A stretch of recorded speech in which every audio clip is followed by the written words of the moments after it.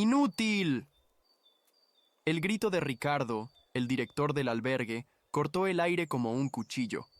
Se abalanzó sobre un anciano de ropas raídas conocido como Tomás, cuya mano temblorosa había derramado una gota de sopa. Ante la mirada de todos, Ricardo lo humilló con una crueldad calculada.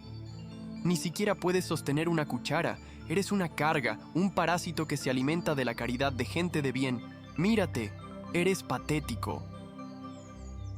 El desprecio en su voz era absoluto, un veneno destinado a aplastar el espíritu del hombre. Se inclinó, siseando para que solo Tomás lo oyera, aunque su desdén resonaba en todo el comedor. Hay gente que merece una segunda oportunidad, pero tú no tienes salvación. Lo que Ricardo no imaginaba era que bajo esa fachada de miseria se ocultaba el juez magistrado Álvaro Montes, y cada palabra de odio estaba siendo grabada en su memoria con una precisión implacable. ¿Y crees que nunca se debe juzgar a una persona por su apariencia? Suscríbete ahora y descubre cómo la justicia encuentra siempre su camino. Lejos de las miradas, en el rincón más gélido del dormitorio, Tomás se acurrucó hecho un ovillo. Las palabras de Ricardo, parásito, sin salvación, resonaban en su mente, no como un insulto a un juez, sino como un latigazo a un hombre. El frío del cemento le calaba los huesos, un recordatorio cruel de la soledad que sentía y del rostro enfermo de su hermana, por quien soportaba en silencio todo aquello. Pausa dramática. Pero el dolor se transformó en acero. Aquella humillación no lo rompería, la forjaría. Era el combustible que su alma necesitaba para impartir una justicia inolvidable. Desde el otro lado de la sala, entre las sombras de las literas, una anciana de ojos hundidos lo observaba. Ella no vio a un mendigo derrotado, sino la calma peligrosa que precede a la tormenta. Al día siguiente, el aire en el albergue era más denso, más cargado de una desesperación silenciosa. El juez Montes, bajo su apariencia de Tomás, fue asignado a la limpieza de las letrinas, un castigo velado por su supuesta insolencia del día anterior. El hedor era nauseabundo, una mezcla de amoníaco y miseria humana que se adhería a la piel y al alma. Ricardo lo observaba desde la distancia, con una sonrisa torcida dibujada en su rostro. En su mente, cada movimiento torpe de Tomás con el cepillo era una victoria, una confirmación de su poder absoluto. Creía estar doblegando a un simple mendigo, aplastando su espíritu hasta convertirlo en polvo. Ricardo se deleitaba en el control, en la certeza de que hombres como Tomás eran insectos bajo su bota, nacidos para ser pisados. No podía imaginar que cada humillación, cada gesto de desprecio, estaba siendo catalogado por una mente entrenada para encontrar la verdad en la oscuridad más profunda. Pausa dramática. Mientras fregaba el suelo helado, la mirada de Tomás se cruzó con la de una joven madre acurrucada en un rincón, intentando en vano calmar a su hijo, un niño de no más de 5 años que temblaba incontrolablemente. La piel del pequeño estaba pálida y sudorosa, y sus labios tenían un tinte azulado. La madre, con los ojos llenos de pánico, suplicó a uno de los guardias, un hombre corpulento de gesto agrio llamado Mateo. «Por favor, mi hijo arde en fiebre, necesita un médico». La respuesta de Mateo fue un gruñido despectivo. «Aquí todos tienen problemas. Si no puedes controlar a tu crío, la puerta es ancha». La crueldad de aquellas palabras fue como un golpe físico. Para ellos, el sufrimiento de un niño era una simple molestia, una mancha en la eficiencia de su corrupto sistema. El juego estaba apenas comenzando, y las piezas más vulnerables eran las primeras en ser sacrificadas. El llanto débil del niño se convirtió en un cuchillo que se clavaba en el corazón del juez Montes. La ley y la justicia parecían conceptos abstractos y lejanos en aquel infierno. Aquí solo existía la ley del más fuerte, la tiranía del mal. Vio a la madre abrazar a su hijo, susurrándole palabras rotas de consuelo, mientras sus propias lágrimas caían sobre el rostro febril del pequeño. En ese instante, Álvaro Montes dejó de ser un juez encubierto. Se convirtió en un hombre, un ser humano que no podía permanecer impasible ante una injusticia tan flagrante y cruel. Su misión ya no era solo recopilar pruebas, ahora tenía un imperativo moral, una deuda con la humanidad que debía saldar. Sabía que cualquier movimiento en falso podría exponerlo, pero el riesgo era insignificante comparado con la vida de aquel niño. Pausa calculada. Con la agilidad de quien ha pasado su vida observando sin ser visto, Tomás se deslizó por los pasillos oscuros hasta su litera. De un pequeño bolsillo cosido en el interior de su pantalón raído, sacó su único tesoro. Un billete de 50 euros, arrugado y gastado, reservado para la emergencia más extrema, para el momento en que su vida corriera un peligro real. Lo miró por un segundo, pensando en su hermana enferma, en la promesa que se había hecho. Pero entonces, el gemido del niño febril llegó de nuevo hasta él, y la decisión fue instantánea. Aquella era la emergencia. La verdadera emergencia no era su propia seguridad, sino la defensa de la inocencia en un lugar donde había sido desterrada. Se acercó al guardia nocturno, un hombre más joven y de mirada menos dura que los demás, y le deslizó el billete en la mano. Un analgésico infantil y algo de comida caliente para la madre. Por favor. El guardia vaciló, pero la desesperación en los ojos de Tomás y el peso del dinero vencieron su miedo. El alivio en el rostro de la joven madre, cuando Tomás le entregó la pequeña botella de jarabe y un caldo caliente, fue la única recompensa que el juez necesitaba. Lo vio administrar el medicamento a su hijo con manos temblorosas y luego sorber el caldo como si fuera el manjar más exquisito del mundo. Mientras el niño finalmente se calmaba, sumiéndose en un sueño reparador, la madre miró a Tomás con una gratitud tan profunda que las palabras sobraban. En sus ojos, él no era un pordiosero, sino un ángel guardián. Álvaro Montes sintió una punzada de dolor y de furia. Aquel simple acto de decencia básica era visto como un milagro en un lugar financiado para ofrecer precisamente eso: ayuda. Lo que nadie en aquella sala podía imaginar era que ese pequeño frasco de jarabe se convertiría en la prueba más poderosa, el catalizador que desataría una tormenta de justicia de la que nadie podría escapar. A la mañana siguiente, la noticia del milagro nocturno corrió como la pólvora entre los residentes. Se hablaba en susurros del anciano que había conseguido medicina de la nada. Ricardo, cuyo control se basaba en el miedo y la desesperanza, sintió que aquel acto de bondad era una afrenta directa a su autoridad. Su rostro se contrajo en una máscara de ira fría. Mandó llamar a Tomás a su despacho, una habitación sorprendentemente lujosa en medio de la miseria del albergue. El contraste era obsceno: alfombras gruesas, muebles de caoba y un aroma a café caro. «¿Así que ahora jugamos a ser el Salvador?», siseó Ricardo, rodeando a Tomás como un depredador. «Aquí la caridad la administro yo. Tu trabajo es obedecer y ser miserable. ¿Entendido?». La arrogancia de Ricardo era tan palpable que casi se podía tocar. Pensaba que estaba intimidando a un anciano frágil, sin sospechar que estaba confesando su tiranía ante el hombre que tenía el poder de despojarlo de todo. Tomás mantuvo la cabeza gacha, interpretando su papel de hombre derrotado a la perfección. «Solo quería ayudar al niño», murmuró con voz temblorosa. La respuesta de Ricardo fue una carcajada seca y cruel. «La ayuda aquí tiene un precio, y tú no tienes nada que ofrecer excepto tu obediencia». Para castigar su insolencia, le asignó una tarea imposible: limpiar el patio exterior, cubierto de una gruesa capa de hielo y nieve, usando solo una escoba y un cubo de agua fría. Era una sentencia a la enfermedad, un intento de quebrar su cuerpo ya que no había podido quebrar su espíritu. Mientras Tomás salía del despacho, el juez en su interior sonrió con una frialdad glacial. Ricardo acababa de cometer un error fatal.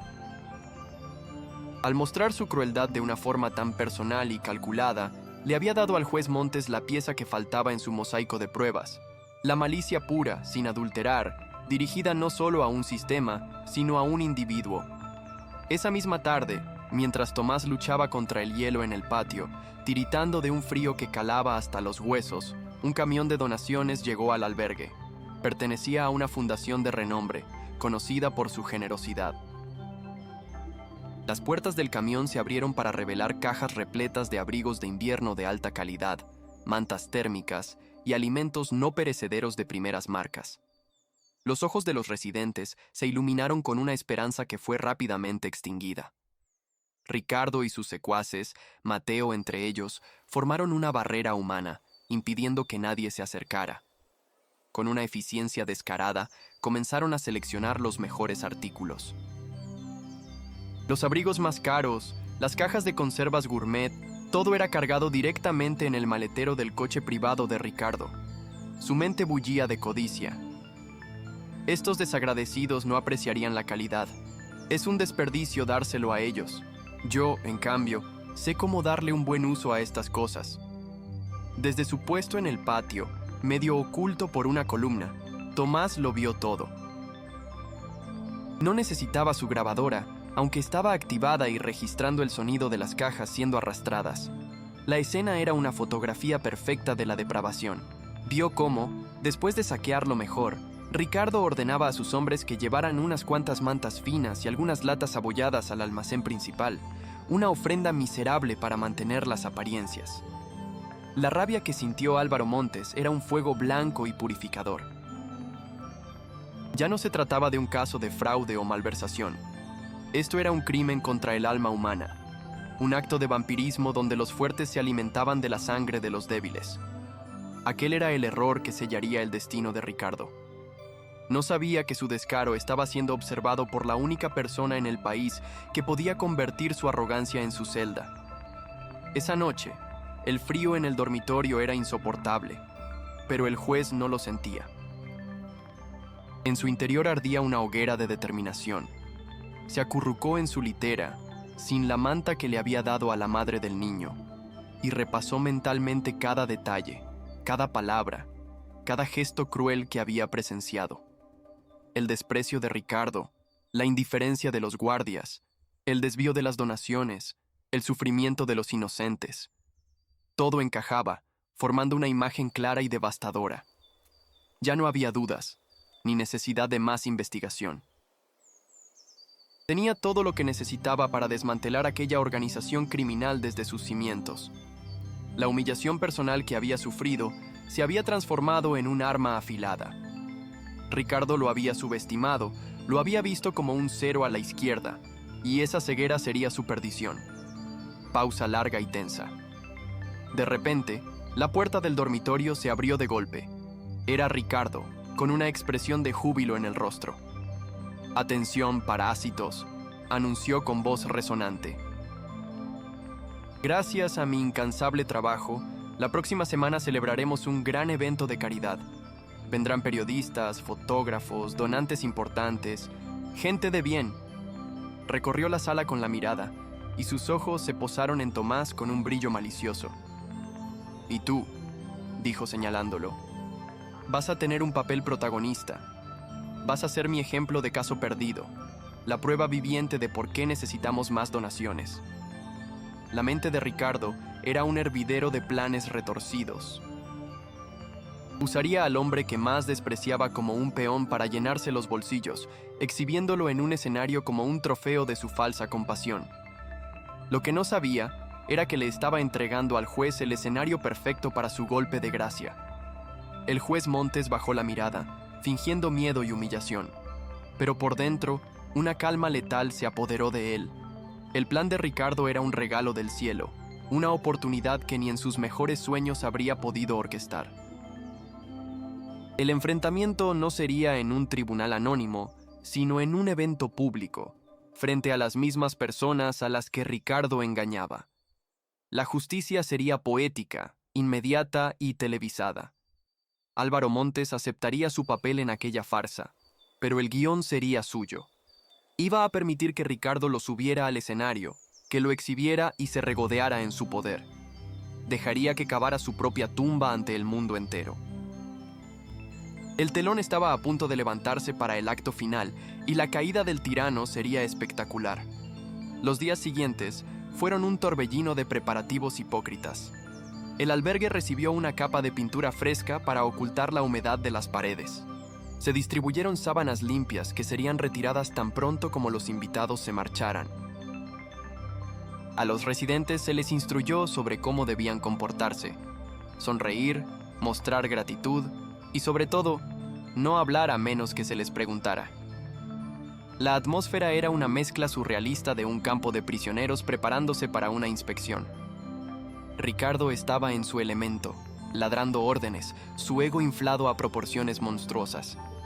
Supervisaba personalmente el entrenamiento de Tomás, enseñándole a encorvarse más, a parecer más desvalido. Quiero que inspiren lástima, ¿entiendes? Cuanto más patético te veas, más abrirán sus carteras. Cada palabra era un clavo más en su propio ataúd.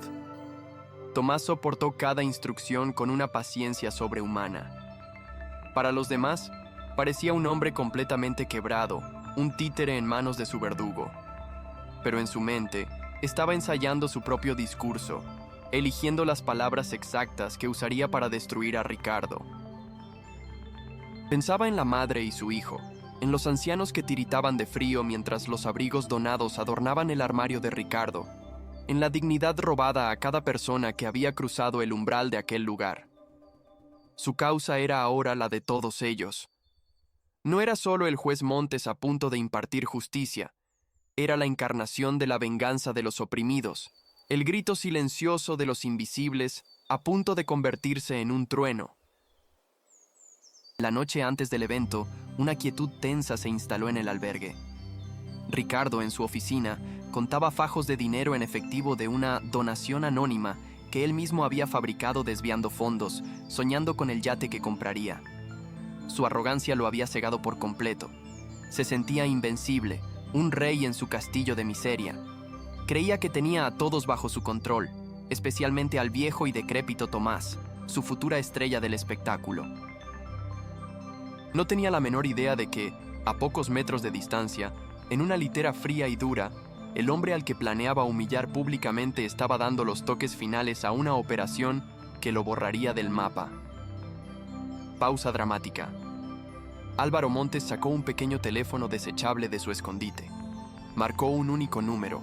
Al otro lado de la línea, una voz profesional respondió: «Aquí el inspector Garrido. ¿Tenemos luz verde, señoría?»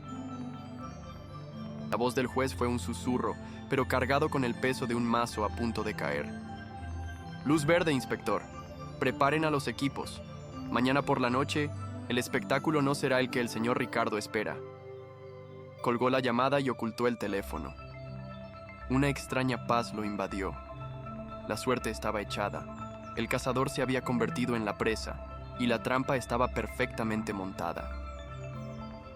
El mundo estaba a punto de descubrir que, a veces, la justicia no lleva toga y martillo, sino las ropas raídas de un mendigo. La noche del evento benéfico llegó envuelta en un aire de falsedad tan denso que casi se podía cortar con un cuchillo.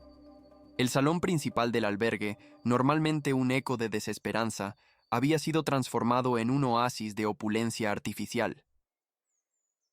Luces cálidas caían sobre manteles de lino blanco, y camareros con sonrisas ensayadas servían canapés a un desfile de la élite de la ciudad. Hombres y mujeres vestidos con sus mejores galas, exhibiendo una compasión tan cara como sus joyas. Ricardo se movía entre ellos como un pavo real, absorbiendo los elogios, su pecho hinchado de orgullo. En su mente, no era un ladrón, sino un visionario, un pastor que guiaba a las ovejas ricas hacia el redil de la caridad, esquilmándolas en el proceso para su propio beneficio. Veía a Tomás, acurrucado en un rincón oscuro junto a otros residentes cuidadosamente seleccionados, y una sonrisa venenosa se dibujaba en sus labios. El viejo sería su obra maestra, el clímax de su farsa. Pausa dramática. El murmullo de las conversaciones se detuvo cuando Ricardo subió al escenario, bañado por la luz de un foco que parecía blanquear aún más su sonrisa depredadora. Agradeció a los presentes con una humildad empalagosa, pintando un cuadro de su labor que era pura ficción, hablando de segundas oportunidades y de la lucha incansable contra la adversidad. El público asentía, conmovido por su aparente dedicación. Álvaro Montes, desde su rincón, observaba cada gesto, cada inflexión de voz. Sentía el peso de las miradas de los otros residentes, una mezcla de miedo y resignación. Sabían que eran meros accesorios en el teatro de Ricardo, peones en su juego de codicia. Pero Álvaro no sentía miedo. Sentía una calma gélida, la paciencia de un cazador que ha esperado el momento perfecto para que su presa se adentre por completo en la trampa. Ricardo estaba a punto de cometer el error más grande de su vida. Le daría a su víctima un micrófono y un escenario. Llegó el momento culminante de su discurso. «Amigos, las palabras son hermosas», dijo Ricardo, su voz temblando con una emoción fingida. «Pero quiero mostrarles la realidad a la que nos enfrentamos cada día. Quiero que vean un ejemplo vivo de por qué su generosidad es tan crucial». Hizo una pausa dramática, recorriendo la sala con la mirada antes de fijarla en el rincón más oscuro. «Tomás, por favor, sube aquí conmigo». El nombre resonó en el silencio. Todas las cabezas se giraron. La humillación no sería privada esta vez. Sería un espectáculo público, una ejecución del alma frente a una audiencia de extraños.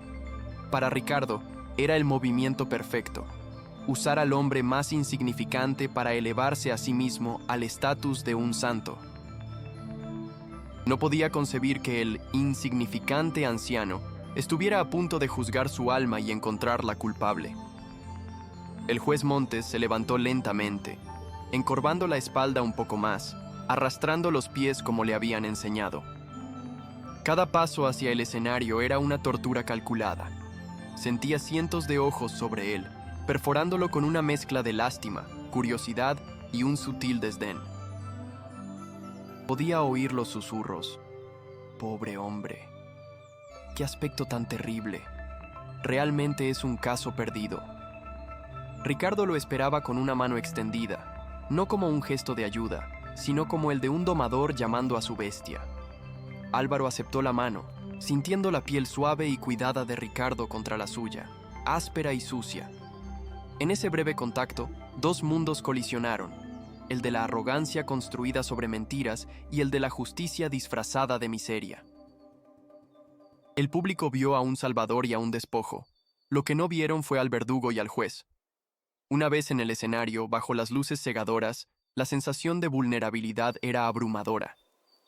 Ricardo puso una mano pesada sobre el hombro de Tomás, un gesto de posesión. «Miren a este hombre», proclamó Ricardo con voz grandilocuente, dirigiéndose a la audiencia cautivada.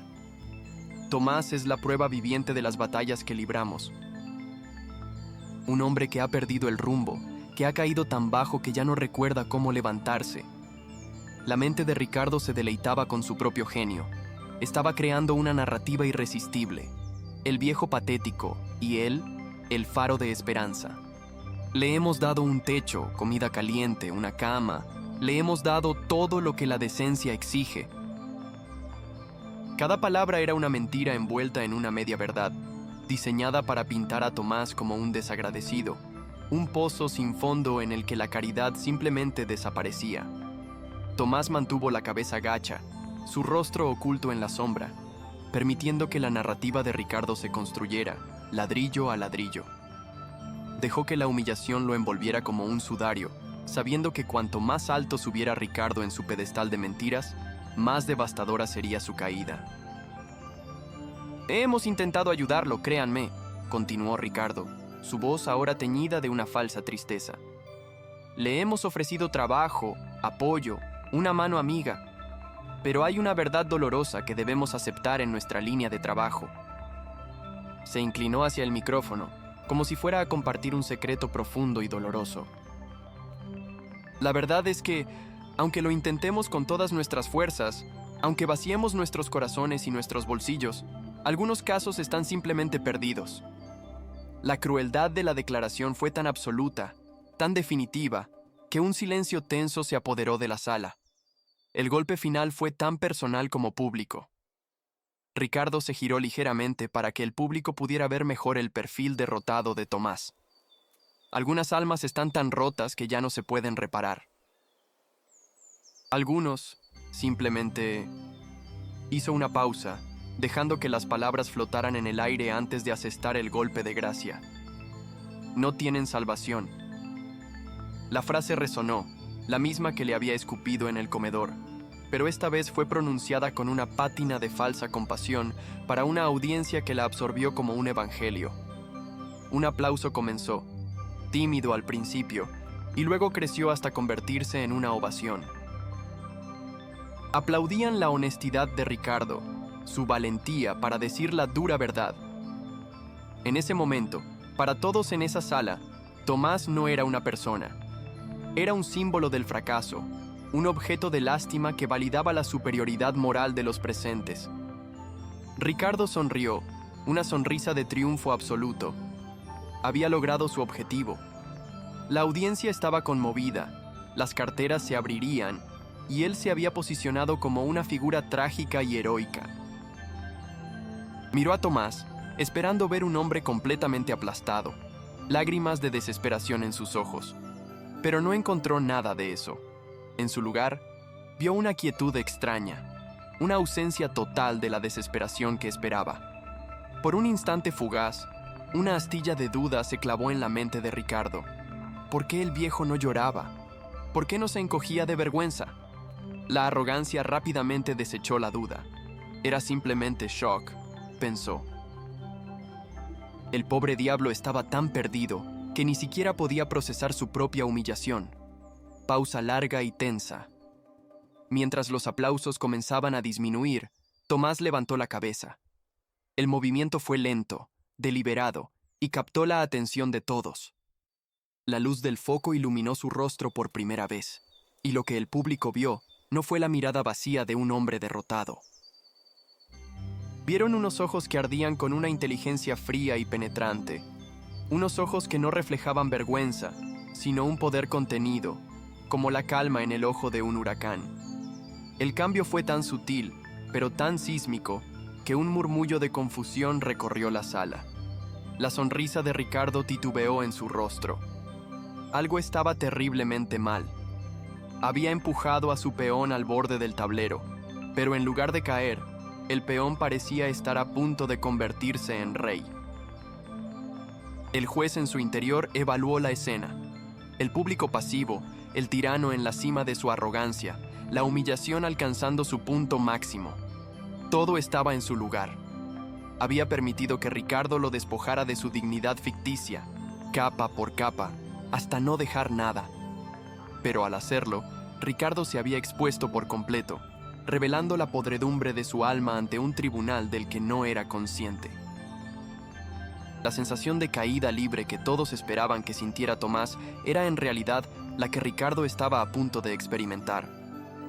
El anciano se irguió, su espalda se enderezó con una autoridad que no pertenecía a un mendigo, y sus labios se separaron para hablar. El plan de Ricardo para destruir la reputación de un hombre anónimo se había ejecutado a la perfección. Había ridiculizado a Tomás, lo había expuesto como un parásito incurable y lo había utilizado para solidificar su propio poder. Para todos los efectos, la dignidad de aquel anciano parecía haber sido aniquilada, pulverizada bajo el peso del desprecio público. Todo parecía perdido. El clímax emocional negativo había sido alcanzado, llevando la compasión y la rabia del espectador a un punto de ebullición. Ricardo, bañado en la luz y la adulación, se sentía intocable, un dios en su pequeño universo. Lo que no sabía era que el juicio no había terminado. De hecho, estaba a punto de comenzar. La mano de Ricardo todavía descansaba sobre el hombro de Tomás, pero ahora se sentía pesada, incómoda.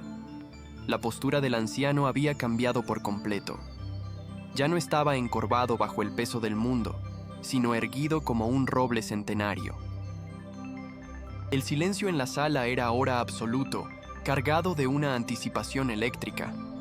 Los invitados, que momentos antes aplaudían, ahora se inclinaban hacia adelante en sus asientos, sus rostros una mezcla de confusión y fascinación. La víctima en el escenario ya no parecía una víctima. El depredador, por primera vez en su vida, sintió una punzada de miedo genuino, un escalofrío helado que le recorrió la espalda. Estaba a punto de descubrir que había juzgado mal a su presa de una manera catastrófica. Dentro de la mente de Álvaro Montes, las piezas del rompecabezas encajaron en su lugar final. La humillación pública no había sido su caída, sino el cimiento sobre el que construiría un templo de justicia. Cada palabra de desprecio de Ricardo sería un ladrillo en la pared de su celda. Cada aplauso condescendiente del público sería el eco de su propia ignorancia. El juez respiró hondo, no para calmar sus nervios, pues no los tenía, sino para saborear el momento. Era el instante previo a la tormenta, la quietud antes de que el rayo partiera el cielo en dos. El escenario estaba perfectamente preparado para el acto final. La sonrisa de Ricardo se había congelado en una mueca antinatural. Intentó retirar la mano del hombro de Tomás, pero por un segundo sintió como si estuviera pegada, atrapada por una fuerza invisible. La transformación del anciano era tan completa que parecía casi sobrenatural. El aire a su alrededor vibraba con una autoridad silenciosa que empequeñecía a Ricardo, a pesar de su traje caro y su posición de poder. La audiencia contuvo la respiración colectivamente. Nadie entendía lo que estaba pasando, pero todos sabían que estaban a punto de presenciar algo inolvidable. El telón de la farsa de Ricardo estaba a punto de ser arrancado de cuajo. El juez Montes no miró a la audiencia. Sus ojos, afilados como fragmentos de obsidiana, se clavaron directamente en los de Ricardo. En esa mirada, Ricardo vio su propio reflejo, no como el director respetado, sino como el hombre pequeño y cruel que realmente era. Vio el desprecio, la avaricia y el miedo reflejados en los ojos de un hombre al que había considerado menos que humano. El mundo pareció encogerse hasta que solo quedaron ellos dos en el escenario, atrapados en un duelo silencioso que precedería a la aniquilación total. Aquel era el error que sellaría el destino de Ricardo, un error nacido de una arrogancia tan profunda que lo había vuelto ciego. Pausa final, cargada de suspenso. Lo que nadie en aquella sala podía imaginar, ni en sus sueños más salvajes, era que no estaban viendo el final de la historia de un pobre mendigo. Estaban a punto de presenciar el principio del fin de un tirano. El hombre conocido como Tomás se aclaró la garganta, y el leve sonido fue amplificado por el micrófono, resonando en el silencio como el primer toque de una campana fúnebre. La justicia había llegado al albergue la última oportunidad, no a través de sus puertas principales, sino desde dentro, vestida con los harapos de los oprimidos. La voz que salió de la garganta de aquel hombre no era el murmullo tembloroso de un mendigo. Era un barítono profundo, claro y resonante, una voz acostumbrada a mandar, a silenciar salas enteras con una sola palabra. «Se equivoca, señor Ricardo», dijo Tomás, y el sonido, amplificado por el micrófono, golpeó a la audiencia como una onda de choque. No había súplica en su tono, ni miedo, ni rastro de la humillación que acababa de sufrir. Había algo mucho más aterrador, una certeza absoluta, una calma glacial que desmentía por completo su apariencia. Ricardo, que todavía tenía la mano sobre su hombro, la retiró como si hubiera tocado un hierro al rojo vivo. Su sonrisa se desvaneció, reemplazada por una máscara de incredulidad y un pánico incipiente que pugnaba por aflorar. En su mente, una alarma estridente comenzó a sonar. Esto no era parte del guión. Este hombre no era un peón. Era algo más, algo que no podía comprender, y esa falta de comprensión era lo que más le aterrorizaba. El depredador, por primera vez, sintió el frío aliento de un cazador superior en su nuca. La transformación fue tan repentina y total que el público quedó paralizado, un mar de rostros estupefactos. El aplauso había muerto en el aire, dejando un silencio denso y pesado. La lástima que sentían por el anciano se evaporó, reemplazada por una confusión vertiginosa. ¿Quién era este hombre? Su espalda, antes encorvada por el peso de una vida de miseria, ahora estaba recta como la de un soldado. Su barbilla, antes hundida en el pecho en señal de sumisión, ahora se mantenía alta. Y sus ojos eran lo más desconcertante. Ya no eran las cuencas vacías de un alma perdida, eran los ojos de un juez, de un inquisidor, de alguien que podía ver a través de las capas de engaño y llegar directamente a la verdad podrida que se escondía debajo. El hombre en el escenario no era Tomás, el indigente. Era una presencia, una fuerza que había estado contenida y que ahora, deliberadamente, se estaba liberando. El espectáculo de caridad se había detenido bruscamente, y en su lugar, sin que nadie lo supiera aún, acababa de comenzar un juicio.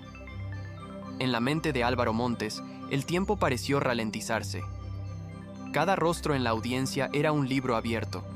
Vio la arrogancia en los donantes más ricos, la compasión superficial en otros, y el miedo genuino en los ojos de los residentes del albergue que habían sido obligados a asistir. Un breve destello, un recuerdo cruzó su mente. La primera vez que vio a Ricardo, no en el comedor, sino a través de la ventana de su oficina, mientras éste contaba un fajo de billetes con una avidez casi infantil. En aquel momento, Álvaro no vio a un simple ladrón, sino a un hombre consumido por una enfermedad del alma, una codicia tan profunda que lo había vuelto ciego a la humanidad de los demás. Sabía entonces que la única cura para tal enfermedad no era la cárcel, sino la aniquilación pública, la destrucción total del falso pedestal sobre el que había construido su identidad, y él, el juez Montes, sería el cirujano encargado de extirpar el tumor. La salvación, continuó Álvaro, su voz ahora un poco más alta, llenando cada rincón de la sala, no es un regalo que usted pueda otorgar o negar, señor Ricardo. Dio un paso adelante, alejándose del director y adueñándose del centro del escenario.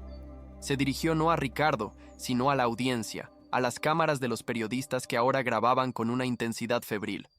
La salvación se gana con actos de decencia, con empatía, con el simple reconocimiento de que cada ser humano, sin importar su apariencia, posee una dignidad inherente.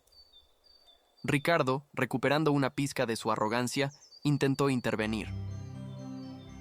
¡Seguridad!, gritó, su voz un poco más aguda de lo normal.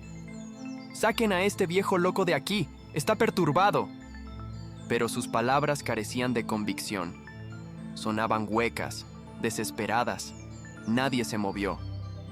Todos los ojos estaban fijos en el hombre que se hacía llamar Tomás, esperando, conteniendo la respiración, sabiendo que estaban al borde de una revelación que lo cambiaría todo. La mente de Ricardo era un torbellino de pánico. ¿Cómo podía un simple vagabundo hablar con esa elocuencia, con esa autoridad? ¿De dónde sacaba esa confianza? Repasó mentalmente cada interacción que había tenido con él. Las humillaciones en el comedor, las tareas denigrantes, las burlas. En ningún momento había visto ni un atisbo de esta persona. Era como si hubiera estado jugando con una serpiente venenosa, creyendo que era una cuerda inofensiva. La posibilidad de que todo hubiera sido una farsa, una trampa, era demasiado monstruosa para contemplarla. Pero la semilla de esa idea ya estaba plantada en su mente y crecía con una velocidad aterradora. Miró a sus guardias de seguridad, Mateo entre ellos, apostados a los lados del escenario, pero incluso ellos parecían vacilantes, hipnotizados por la extraña autoridad que emanaba del anciano. Estaba solo, expuesto bajo las luces, y la red de mentiras que había tejido con tanto esmero comenzaba a deshacerse hilo por hilo. Álvaro ignoró por completo la llamada a seguridad. Se giró lentamente y clavó su mirada en Ricardo, una mirada tan intensa que el director retrocedió un paso instintivamente. «Habla usted de casos perdidos, de almas irreparables», dijo el juez, su voz goteando un desprecio helado. «Hablemos de casos concretos. Hablemos, por ejemplo, del cargamento de abrigos de invierno de la Fundación Altamira que llegó el martes pasado. Abrigos de alta calidad, donados para que hombres y mujeres no murieran de frío en las calles». Hizo una pausa, dejando que las palabras calaran. En la primera fila, una mujer elegantemente vestida, la presidenta de la Fundación Altamira, se irguió en su asiento, su rostro una máscara de súbita atención. Ricardo sintió que el suelo se abría bajo sus pies. Era un detalle demasiado específico, una puñalada precisa en la oscuridad. El sudor comenzó a perlar su frente. Aquello no era una locura senil, era una acusación. La memoria del juez Montes era un archivo impecable. Recordó la escena con una claridad fotográfica. Ricardo y Mateo cargando las mejores cajas en el maletero de un coche de lujo, riéndose, mientras los residentes tiritaban a pocos metros de distancia. Recordó el rostro de la anciana que lo observaba desde la ventana del dormitorio, la misma que había muerto de neumonía 2 noches después, envuelta en una manta delgada como el papel. La rabia que sintió en ese momento no era la ira caliente y explosiva de un hombre común, sino el frío y concentrado furor de la justicia misma. Aquella muerte no había sido una tragedia inevitable, había sido un asesinato por negligencia, por pura y simple codicia. Y ahora iba a vengar a esa mujer y a todos los demás. Iba a usar la verdad como un bisturí para cortar la carne corrupta de Ricardo y exponerla al mundo. Es curioso, continuó Álvaro, su tono ahora casi conversacional, lo que lo hacía aún más amenazante, porque esos abrigos nunca llegaron a los residentes. En cambio, según mis observaciones, una cantidad notable de prendas de alta gama apareció al día siguiente en una tienda de segunda mano de lujo en el centro de la ciudad, una tienda cuya propietaria resulta ser su cuñada. El murmullo en la sala se convirtió en un jadeo colectivo. La acusación era tan directa, tan detallada, que no dejaba lugar a dudas. La presidenta de la Fundación Altamira se puso pálida, sus ojos fijos en Ricardo con una furia helada. El castillo de naipes de Ricardo no se estaba desmoronando, estaba siendo demolido por un huracán. Intentó hablar, balbucear una negación, pero su garganta estaba seca. Las palabras no salían. Solo podía mirar con horror cómo el insignificante mendigo que había elegido como su víctima se transformaba en su juez, jurado y verdugo. El poder en la sala se había desplazado de forma tan completa y visible que era casi palpable. Ya nadie veía a un director de albergue y a un desamparado. Veían a un acusado y a un fiscal implacable. Álvaro Montes dio otro paso hacia Ricardo, cerrando la distancia entre ellos. La diferencia de estatura y complexión física ya no importaba. El anciano parecía un gigante, y Ricardo se encogía bajo su mirada. La mente del director ya no buscaba excusas, buscaba una vía de escape. Pero no había ninguna. Estaba atrapado en el escenario, bajo los focos, rodeado de testigos. Su propio evento, su momento de gloria, se había convertido en su tribunal. La ironía era tan cruel, tan poética, que solo una mente brillante y paciente podría haberla orquestado. Y esa mente ahora lo estaba mirando fijamente, preparándose para asestar el siguiente golpe. Y luego está el asunto de la comida, prosiguió Álvaro, su voz implacable, sin darle a Ricardo ni un segundo para recuperarse. Las donaciones de alimentos frescos, de productos gourmet, de fórmulas infantiles. ¿Dónde están, señor Ricardo? Están en las despensas de su cadena de restaurantes solidarios, donde los platos se venden a precios exorbitantes bajo la apariencia de caridad. Cada pregunta era un martillazo, clavando a Ricardo en un pilar de vergüenza. Varios de los donantes más importantes, dueños de cadenas de supermercados que habían contribuido generosamente, intercambiaron miradas de alarma y furia. Habían sido engañados. Su generosidad había sido utilizada para alimentar la avaricia de un solo hombre, mientras las personas a las que querían ayudar se alimentaban de sobras y sopa aguada. La humillación que Ricardo había infligido a Tomás ahora se le devolvía multiplicada por 1000, una ola de desprecio que emanaba de cada rincón de la sala. La joven madre a la que Álvaro había ayudado estaba entre los residentes, en la parte de atrás.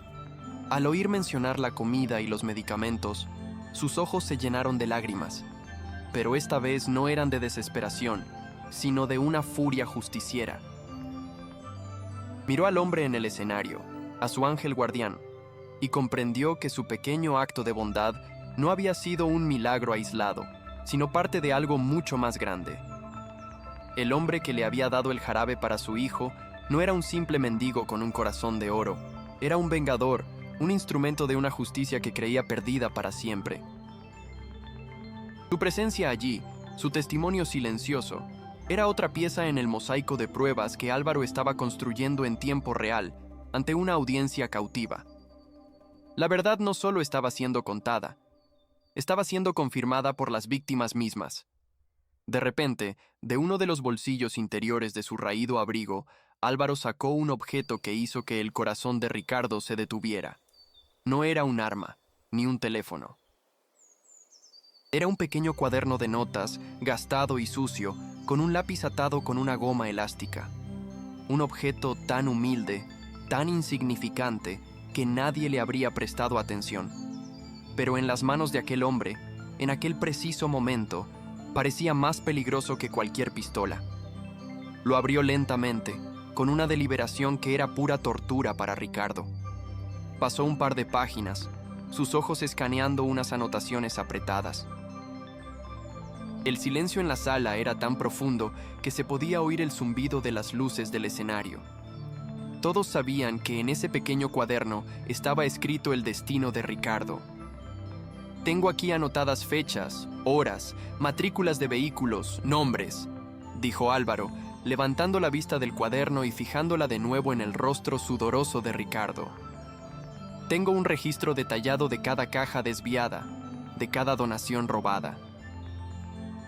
Tengo el nombre del guardia al que soborné con 50 euros para conseguir un simple analgésico infantil, un medicamento que debería estar disponible aquí por cientos. Se detuvo y miró directamente al guardia en cuestión, que se encogió como si hubiera recibido un golpe físico. Tengo documentada cada mentira, cada acto de crueldad, cada palabra de desprecio que ha salido de su boca, señor Ricardo. Porque mi memoria, a diferencia de su conciencia, es impecable. La revelación de que sus acciones habían sido observadas y registradas con tal precisión fue el golpe que finalmente hizo añicos la compostura de Ricardo. Un temblor incontrolable se apoderó de su cuerpo. El misterio que envolvía al anciano se estaba volviendo insoportable para la audiencia. No era un policía, no era un periodista de investigación. La autoridad que proyectaba, la meticulosidad de sus acusaciones, la calma letal con la que estaba desmantelando a un hombre poderoso. Todo apuntaba a algo más, a un nivel de poder que nadie en esa sala podía identificar. Era como ver a un maestro de ajedrez que había permitido a su oponente mover todas sus piezas solo para revelarle que había estado en jaque mate desde el primer movimiento. La semilla de la duda que había plantado con sus primeras palabras había germinado y crecido hasta convertirse en un árbol de certeza. Ricardo era culpable. La única pregunta que quedaba en el aire, vibrando con una tensión casi insoportable, era: ¿quién diablos era el hombre que lo estaba juzgando? Los guardias de seguridad que habían comenzado a moverse tímidamente hacia el escenario ante las primeras órdenes de Ricardo, ahora estaban completamente inmóviles. Miraban a su jefe, luego al anciano, y una duda paralizante se apoderó de ellos. Atacar al anciano ya no parecía una opción segura. Instintivamente, sabían que estaban en presencia de una autoridad superior, una que no dependía de uniformes ni de títulos formales. Desobedecer a Ricardo podría costarles el trabajo, pero desobedecer al hombre del cuaderno podría costarles mucho más. El cambio de poder fue tan absoluto que incluso los matones a sueldo del director sintieron la necesidad de cambiar de bando, o al menos de no interponerse en el camino de la tormenta que se avecinaba. Álvaro cerró el cuaderno con un chasquido suave que sonó como el cerrojo de una celda. Lo guardó de nuevo en su bolsillo. Su trabajo de recopilación de pruebas había terminado. Ahora comenzaba la sentencia. Durante semanas usted me ha juzgado por mi apariencia, dijo, su voz bajando a un tono más íntimo, pero no menos potente. Me llamó inútil, parásito, un caso perdido sin salvación. Me humilló, me despreció y creyó que yo no era nada. Ese, señor Ricardo, ha sido el error más grande de su vida. Dio el último paso que lo separaba del director, hasta que estuvieron cara a cara. El público se inclinó hacia adelante, sin querer perderse ni una sílaba. La revelación final estaba a punto de llegar, la pieza que daría sentido a todo el rompecabezas. El escenario ya no era una plataforma de caridad. Se había convertido en un tribunal, y el juicio estaba a punto de concluir. Lo que nadie imaginaba era la verdadera identidad del juez. Juzgar a un hombre por sus ropas y no por su alma, continuó Álvaro, su voz ahora un eco de trueno contenido que parecía sacudir los cimientos mismos de la sala. Ese es el pecado de los arrogantes. Usted construyó un imperio sobre la miseria ajena, se vistió con la dignidad que les robaba a otros y creyó que su traje caro lo hacía superior. Pero la verdad, señor Ricardo, es que la ropa solo cubre el cuerpo, nunca puede ocultar la podredumbre del espíritu. Ricardo, con el rostro pálido como el de un cadáver, intentó articular una defensa, una negación, pero las palabras se ahogaron en su garganta. Estaba mirando a un fantasma, un espectro de la justicia que había surgido de las profundidades de la miseria que él mismo había creado para juzgarlo. El público, antes un mar de rostros compasivos hacia él, ahora era un tribunal silencioso y hostil, y cada par de ojos era una daga de acusación que se clavaba en su carne. El poder no solo había cambiado de manos, se había evaporado de las suyas como el agua en un desierto, dejándolo seco, expuesto y completamente solo. Pausa larga y tensa. Con una calma que era más aterradora que cualquier grito, el hombre conocido como Tomás se irguió en toda su estatura, y la transformación fue completa. El mendigo desapareció, y en su lugar se materializó una figura de autoridad inquebrantable. «Usted se pregunta quién soy yo para juzgarlo», dijo, su voz resonando con el peso de miles de sentencias. «Permítame que me presente formalmente». Se pasó una mano por el pelo revuelto, y en ese simple gesto, pareció despojarse de los últimos vestigios de su disfraz. Miró directamente a Ricardo, cuyos ojos estaban desorbitados por el terror.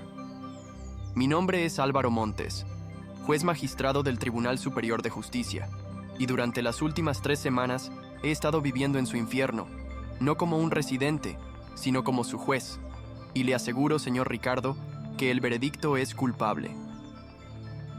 La revelación cayó sobre la sala como una bomba de neutrones, aniquilando toda conversación, todo pensamiento, dejando solo un silencio atronador y la imagen de un tirano cuyo mundo acababa de implosionar. El rostro de Ricardo pasó del blanco al rojo y de nuevo al blanco en una sucesión de espasmos. El shock inicial dio paso a una negación histérica.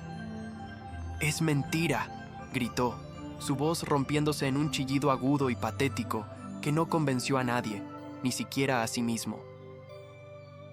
«Es un impostor, un loco, un vagabundo con delirios de grandeza. ¡Seguridad! He dicho que lo saquen de aquí». Señaló con un dedo tembloroso a sus guardias, pero estos permanecieron clavados en su sitio, sus rostros una mezcla de miedo y asombro. Habían oído el nombre. Álvaro Montes no era un juez cualquiera, era una leyenda, un hombre apodado El Martillo, por su incorruptibilidad y su mano dura con los criminales de guante blanco. La idea de ponerle las manos encima a un hombre así era impensable. La desesperación de Ricardo se hizo palpable. El hedor a miedo emanaba de él, ahogando el perfume caro que llevaba. Su autoridad, que siempre había creído absoluta, se había desintegrado en el aire. Estaba ladrando órdenes a un ejército que ya no le obedecía. Álvaro ignoró por completo el arrebato de Ricardo. Se dirigió a la primera fila, donde la presidenta de la Fundación Altamira lo miraba con los ojos muy abiertos. «Señora Presidenta, los 200 abrigos térmicos que su fundación donó con tanta generosidad el pasado martes, valorados en más de 30.000 euros, fueron cargados en una furgoneta con matrícula 7845 LKM, registrada a nombre de una empresa fantasma, propiedad del cuñado del señor Ricardo». Luego, su mirada se desplazó hacia un conocido empresario de la alimentación. «Y las 500 cestas de Navidad Gourmet que usted donó fueron el catering de la boda de su sobrina el fin de semana pasado». Cada revelación era un misil de precisión que impactaba no solo en Ricardo, sino en la conciencia de los donantes, que ahora comprendían la magnitud del engaño. No habían sido benefactores. Habían sido cómplices involuntarios de un saqueo sistemático de los más vulnerables. La humillación se extendió por la sala, manchando a todos los que habían aplaudido a Ricardo momentos antes. De repente, las puertas traseras del salón se abrieron de golpe, pero no entraron más invitados. entraron una docena de hombres y mujeres con chalecos que los identificaban como agentes de la Unidad de Delitos Económicos y Fiscales. Se movieron con una eficiencia silenciosa y profesional, rodeando el perímetro de la sala, bloqueando todas las salidas. Los periodistas que habían estado grabando el evento revelaron sus verdaderas identidades. Sus cámaras no eran para la prensa rosa, sino para recopilar pruebas. El inspector Garrido, el hombre que había estado haciéndose pasar por el cámara principal, subió al escenario con paso decidido. No miró a Ricardo. Se cuadró ante Álvaro Montes y dijo con voz clara y respetuosa: «Señoría, el perímetro está asegurado. Estamos listos para proceder a su señal». La teatralidad del momento fue aplastante. No era solo una detención, era la culminación de una operación encubierta, ejecutada a la perfección ante una audiencia de élite que ahora servía de testigo. El mundo de Ricardo se derrumbó en ese instante. La negación se hizo añicos, reemplazada por la cruda y helada realidad. Había sido cazado, no por la policía, no por un rival, sino por el mismo hombre al que había humillado, al que había llamado parásito. La ironía era tan venenosa que le quemaba las entrañas. Recordó cada insulto, cada acto de crueldad, cada risa burlona, y ahora los veía como lo que realmente eran, los clavos de su propio ataúd, martillados por él mismo con una arrogancia suicida. Su mente, normalmente ágil para la mentira y la manipulación, se quedó en blanco. No había escapatoria, no había coartada. Solo había la figura imponente del juez y el frío metálico de las esposas que el inspector Garrido sostenía en su mano. El rey había sido destronado en su propia corte, y su caída no era solo una derrota, era una aniquilación. El inspector Garrido se acercó a Ricardo, que temblaba tan violentamente que apenas podía mantenerse en pie. «Ricardo Jiménez», dijo Garrido con una formalidad glacial, «queda detenido por los delitos de fraude, malversación de fondos, apropiación indebida y trato degradante. Tiene derecho a guardar silencio». El chasquido de las esposas al cerrarse sobre las muñecas de Ricardo resonó en el silencio sepulcral de la sala. Fue un sonido definitivo, el punto final de una era de tiranía. Ricardo no luchó, no gritó. Se quedó allí, flácido, un muñeco roto cuyos hilos habían sido cortados. Las lágrimas comenzaron a rodar por sus mejillas, no de arrepentimiento, sino de autocompasión, la última y patética defensa de un narcisista desenmascarado. Su traje de 1.000 euros ahora parecía un disfraz barato, y su rostro, antes un retrato de poder, era ahora la máscara de la derrota absoluta. Mientras dos agentes se llevaban a un Ricardo sollozante, Álvaro Montes se acercó al micrófono por última vez. Su mirada recorrió la sala, deteniéndose en los rostros de los residentes del albergue, que lo miraban con una mezcla de asombro y adoración. Vio a la joven madre, con su hijo sano en brazos, llorando en silencio, lágrimas de gratitud y alivio. «Hoy, la justicia ha hablado», dijo el juez, su voz ahora más suave, pero no menos poderosa. Pero la verdadera lección no está en el castigo de un hombre corrupto, sino en el recordatorio de nuestro deber como seres humanos. Se giró y miró directamente a la cámara principal, que ahora transmitía en vivo a todo el país. Nunca, jamás, juzguen el valor de una persona por su apariencia, porque a veces la mayor fortaleza se esconde bajo el manto de la mayor humildad. Y a veces, aquellos a quienes llamamos casos perdidos son los únicos que pueden salvarnos de nuestra propia ceguera. El inspector Garrido se acercó a Álvaro. «Hemos detenido también a Mateo y a otros 3 guardias implicados en el desvío de donaciones, señoría. Tenían parte de la mercancía en sus taquillas». La red de corrupción fue desmantelada en cuestión de minutos, una operación quirúrgica que extirpó el cáncer de raíz. Los donantes, avergonzados y furiosos, se agolpaban alrededor de los agentes, ofreciendo sus testimonios, ansiosos por distanciarse del monstruo al que habían financiado. La humillación pública de Ricardo no terminó con su arresto. Estaba siendo transmitida a nivel nacional. Su rostro lloroso y derrotado se convertiría en el símbolo de la corrupción y la arrogancia castigadas. Su nombre, antes sinónimo de caridad, sería para siempre una mancha de infamia. El juez Montes no solo lo había enviado a la cárcel, lo había borrado de la historia, reemplazando su legado de mentiras con una verdad devastadora. El clímax de la inversión de poder llegó cuando Álvaro bajó del escenario. El público de élite se apartó, abriéndole paso como si fuera un rey. Pero él no se detuvo a hablar con ellos. Caminó directamente hacia el grupo de residentes del albergue que se habían acurrucado juntos en un rincón. Se detuvo frente a ellos y la figura imponente del juez magistrado desapareció, dando paso de nuevo a un hombre con una mirada amable. «Esto se ha acabado», les dijo con una voz llena de una empatía genuina. «A partir de mañana, este lugar será gestionado por gente decente. Tendrán camas limpias, comida caliente y, sobre todo, el respeto que merecen». Por primera vez en años, una ola de esperanza real recorrió el grupo. No eran más los peones de un juego cruel, eran los supervivientes, los testigos de la justicia, y el hombre que se la había entregado estaba allí, entre ellos, no como un superior, sino como uno de los suyos. La joven madre a la que había ayudado se acercó a él, con su hijo de la mano.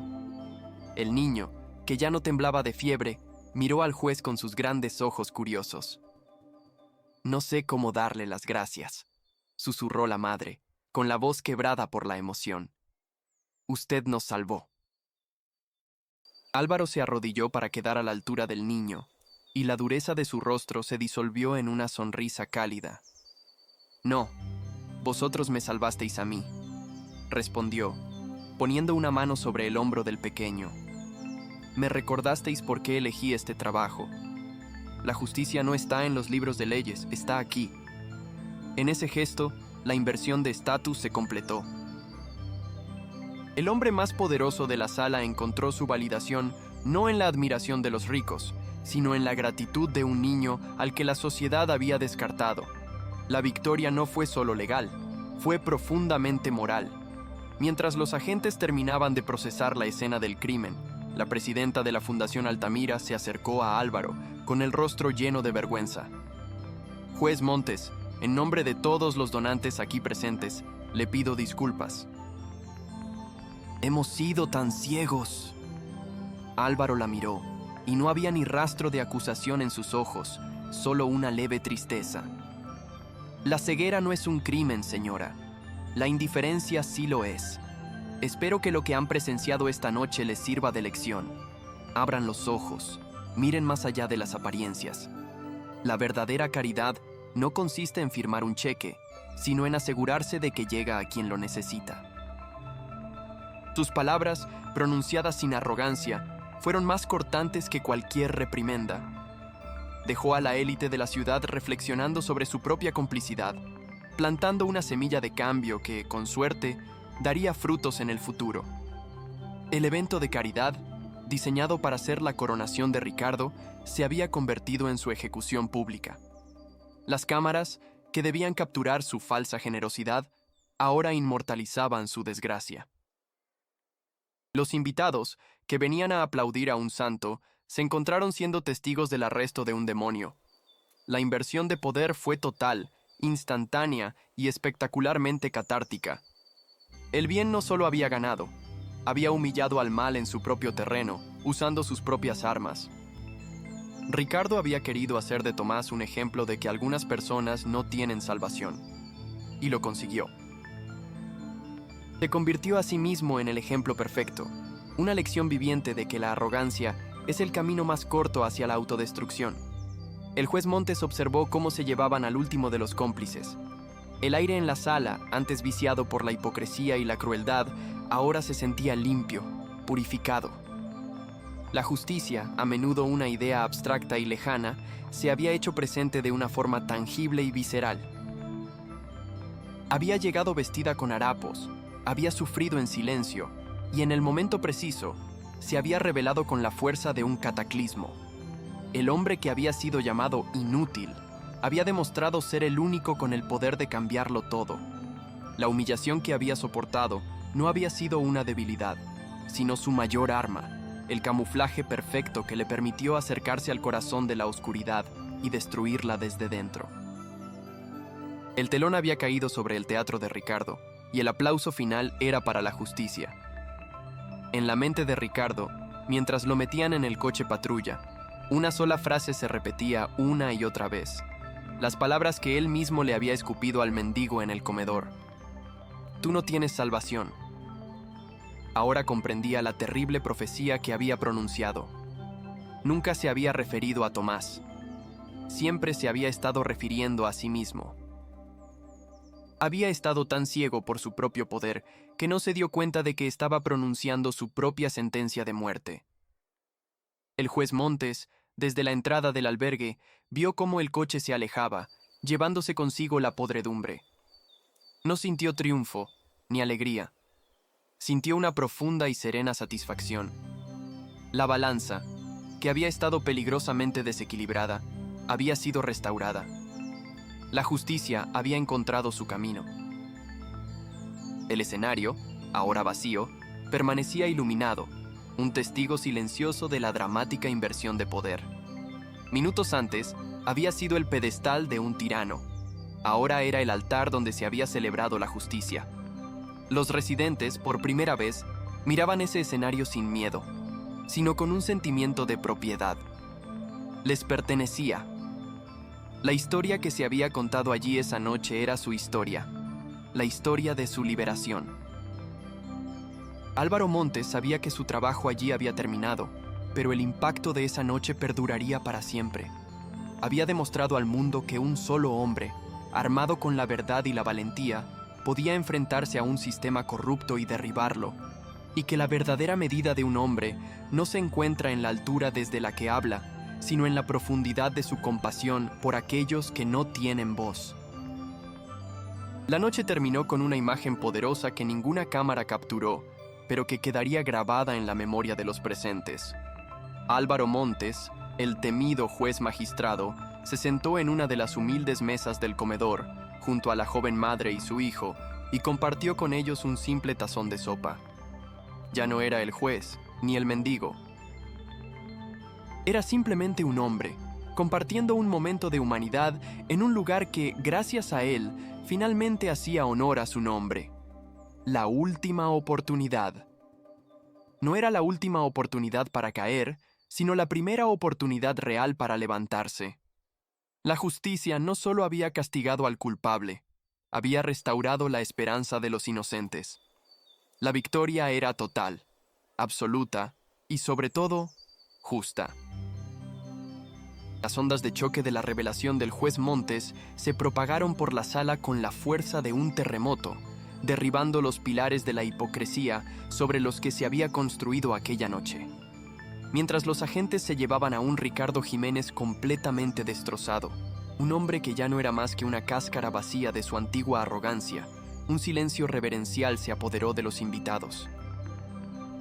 Ya no eran donantes de élite, eran testigos de un acto de justicia tan puro y contundente que los había dejado sin aliento. Vieron cómo el hombre que habían despreciado con la mirada, el caso perdido, se convertía en el faro moral de la nación en tiempo real. La inversión no fue solo de poder, sino de percepción. De repente, las ropas raídas de Álvaro Montes parecían más honorables que cualquier traje de seda, y la suciedad de su rostro, las marcas de una batalla librada y ganada en nombre de los olvidados. Pausa dramática. De entre la multitud atónita, se abrió paso una figura distinguida. Era el ministro del Interior, que había acudido al evento creyendo, como todos, en la noble causa que Ricardo pregonaba. Su rostro, normalmente impasible y político, reflejaba un asombro y un respeto profundos. Se acercó a Álvaro, no con la condescendencia de un superior, sino con la humildad de un ciudadano ante un verdadero héroe. Ante las cámaras que ahora transmitían la noticia más impactante del año, el ministro extendió su mano. «Juez Montes», dijo con una voz que resonó en todo el país, «esta noche no solo ha expuesto a un criminal. Nos ha dado a todos una lección de integridad que jamás olvidaremos. Ha demostrado que la justicia no reside en los despachos, sino en el corazón de quienes se atreven a buscar la verdad, sin importar el coste personal. Aquella no era una simple felicitación, era una coronación pública, el reconocimiento del Estado a un hombre que encarnaba sus ideales más elevados. El ministro no se detuvo ahí. Su recompensa fue tan pública e inmediata como lo había sido el castigo de Ricardo. En nombre del gobierno, anunció, mirando directamente a la cámara principal, quiero anunciar la creación inmediata de una nueva Comisión Nacional para la Transparencia en las Organizaciones Benéficas, una comisión con plenos poderes para investigar y purgar la corrupción donde quiera que se esconda. Y no puedo imaginar a nadie más adecuado para presidirla y dirigirla que el hombre que ha arriesgado su vida y su dignidad para mostrarnos el camino. Juez Montes, si acepta, tendrá a su disposición todos los recursos del Estado para asegurarse de que un ultraje como este no vuelva a ocurrir jamás en nuestro país. Un estruendo de aplausos, esta vez genuinos y atronadores, llenó la sala. La recompensa de Álvaro no fue dinero ni un título superior. Fue algo mucho más valioso: el poder de impartir justicia a una escala que cambiaría para siempre el panorama de la caridad en la nación. Mientras tanto, la caída de Ricardo era tan espectacular como su ascenso había sido fraudulento. Las noticias de la noche no solo mostraban su arresto, detallaban en tiempo real el desmoronamiento de su imperio. Sus cuentas bancarias fueron congeladas, sus propiedades embargadas, y sus socios comerciales, aquellos que habían aplaudido su visión, se apresuraban a emitir comunicados desvinculándose de él, arrojándolo a los lobos para salvar su propia piel. Su nombre, que por la mañana era sinónimo de filantropía, por la noche se había convertido en una palabra prohibida, un sinónimo de la más abyecta traición a la confianza pública. Fue despojado no solo de su libertad y su riqueza, sino de su misma identidad. El ostracismo fue total y absoluto. Ricardo Jiménez dejó de existir, y en su lugar solo quedó el fantasma de un hombre que lo tuvo todo y lo perdió por no saber ver el valor de un alma humana. Su castigo no fue solo la cárcel que le esperaba, sino el olvido eterno al que fue condenado en vida. La justicia, sin embargo, no se limitó a castigar al culpable, se extendió para recompensar a los inocentes. Al día siguiente, por orden directa de la nueva comisión presidida por Álvaro Montes, el albergue La Última Oportunidad fue clausurado. Pero no para siempre. Un equipo de arquitectos y trabajadores sociales descendió sobre el lugar, con planes para una renovación completa. No sería una capa de pintura para ocultar la podredumbre, sino una reconstrucción desde los cimientos. Se anunció que reabriría en un mes como el Centro Dignidad, un modelo de refugio gestionado con transparencia y sobre todo con compasión. A cada uno de los residentes se le proporcionó alojamiento temporal en hoteles decentes, con la promesa de que tendrían un lugar de honor esperándolos en el nuevo centro. La esperanza, que había sido un bien tan escaso, ahora se desbordaba. La joven madre, cuyo nombre era Elena, recibió una visita inesperada a la mañana siguiente. Era uno de los asistentes del juez Montes. Le ofreció no solo una de las nuevas unidades familiares del futuro Centro Dignidad, sino también un puesto de trabajo remunerado como coordinadora de residentes. El juez cree que nadie entenderá mejor las necesidades de la gente que alguien que ha vivido su misma lucha, le explicó el asistente. Elena rompió a llorar, pero esta vez sus lágrimas eran de una alegría tan abrumadora que apenas podía respirar. La bondad de un extraño, de un mendigo que compartió su manta, no solo había salvado la vida de su hijo, sino que les había dado un futuro que nunca se había atrevido a soñar. La recompensa del héroe no fue solo para él, se derramó sobre aquellos a quienes había protegido, creando un círculo virtuoso que reemplazó el ciclo de miseria de Ricardo. Semanas después, cuando el escándalo comenzó a calmarse, Álvaro Montes visitó a su hermana en el hospital. La enfermedad que la aquejaba, y por la cual él había iniciado aquella peligrosa investigación para exponer la corrupción en el sistema de ayudas, había remitido gracias a un nuevo tratamiento, financiado en parte por una donación anónima de la Fundación Altamira, cuya presidenta había jurado enmendar su ceguera. Sentado junto a su cama, Sosteniendo su mano, Álvaro sintió una paz que ningún tribunal podría otorgarle. Había enfrentado la oscuridad no solo por un principio abstracto de justicia, sino por amor. Su recompensa personal no estaba en los titulares de los periódicos ni en los pasillos del poder, sino en la sonrisa tranquila de su hermana. Había limpiado un pequeño rincón del mundo, y al hacerlo, había protegido lo que más amaba. La victoria era, por fin, completa. Esta historia, que parece sacada de una película, nos deja una lección tan simple como profunda, una verdad que a menudo olvidamos en nuestro ajetreado mundo. El verdadero valor de una persona nunca, jamás, se mide por el grosor de su cartera, la elegancia de su ropa o el poder de su cargo.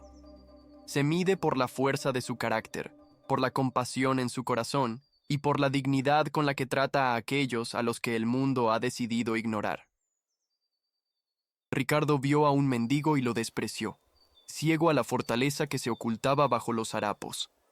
Álvaro vio a un niño enfermo y a una madre desesperada, y en ellos encontró la razón para arriesgarlo todo. La diferencia entre la ruina y la gloria no fue la inteligencia ni la oportunidad, fue la capacidad de ver al ser humano detrás de la fachada. ¿Cuántas veces en nuestras propias vidas hemos cometido el error de Ricardo? ¿Cuántas veces hemos juzgado un libro por su portada, descartando a alguien por su apariencia, su acento o su situación económica? Quizás no con la misma crueldad, pero sí con la misma ceguera. Ignoramos al camarero, miramos por encima del hombro al personal de limpieza, asumimos que el que pide ayuda en la calle es un caso perdido. Nos rodeamos de espejos que reflejan nuestra propia imagen, olvidando que las lecciones más importantes y las almas más grandes a menudo se encuentran en los lugares más humildes, en las personas que la sociedad ha etiquetado como invisibles.